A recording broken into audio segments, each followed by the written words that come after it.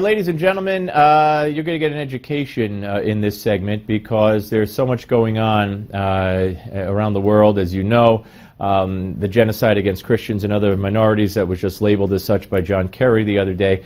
And there's a war against Israel, but it's not just a war on the battlefield with weapons. There's all kinds of wars, economic wars, and we're going to talk about some of that with Yifa Segal, Esquire, Director of the International Legal Forum. Good to see you again. Thank you for having me. Welcome back. Again. Okay. I'm happy to be back. Let's first start with something labeling. Okay. And before we get to what Obama is trying to do here against the wishes of Congress, labeling. Talk about what labeling of products is.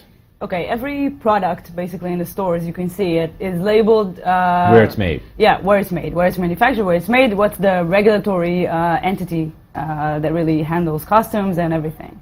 So people know how to where these products are coming from. So this is what changed now is that Americans came out, the State Department came out January 23rd, saying that from now on all Israeli products, all products coming from the West Bank will be labeled West Bank, and without it doesn't matter if it's coming from the Israeli-controlled territories or the Palestinian-controlled. And this is an effort to put a stigma attached to those products so that people won't buy them. I believe that, yeah, there is a meaning to this. It's not just a technical issue. Right. It is a meaning. It's sending a message to the American people that there is a problem with these products coming from the Israeli-controlled territories. Right, yes. and this is being done in direct conflict with what the Congress wants the administration to do. They don't want this to happen at all.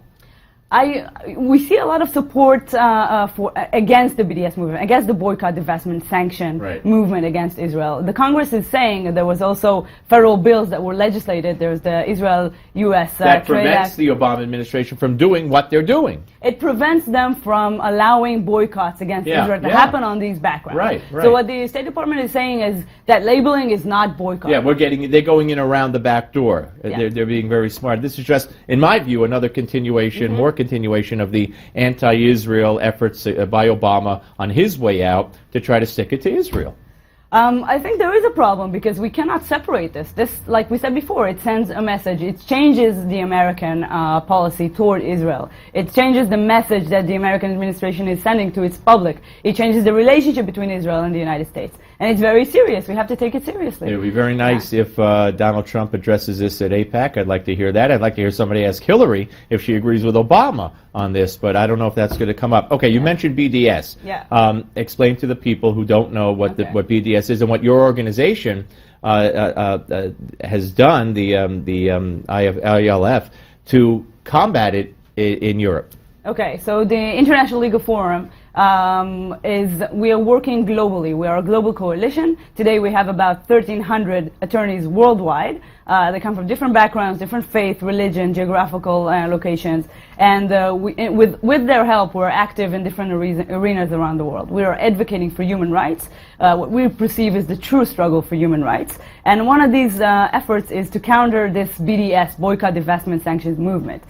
We believe that they masquerade themselves as a human rights organization or movement, but basically defending the so-called victimhood of the Palestinians at the hands of the big bad aggressor Israel, and colleges and universities and companies they're pressured into having nothing to do economically with Israel. Economically, culturally, educationally, everything. But if you see the true fact is that behind the BDS movement lies a desire that they're not even trying to conceal to demonize Israel and the Jewish people. It's anti-Semitic origins. They're trying to annihilate. They're not even ashamed to say it, to annihilate the Jewish state. That's their purpose. So you've had some success with the Spanish organization, correct? Yes, we had a recent cooperation with a Spanish organization named ACUM. There was an epidemic that started in Europe, started in Spain. What was the name of that organization? ACUM. ACUM. Okay. I like the way you say it. Go ahead.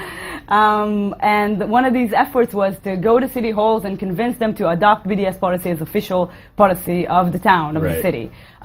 So we were asked to help ACUM, and the strategy was to build our cases based both on Spanish law and European law and international law.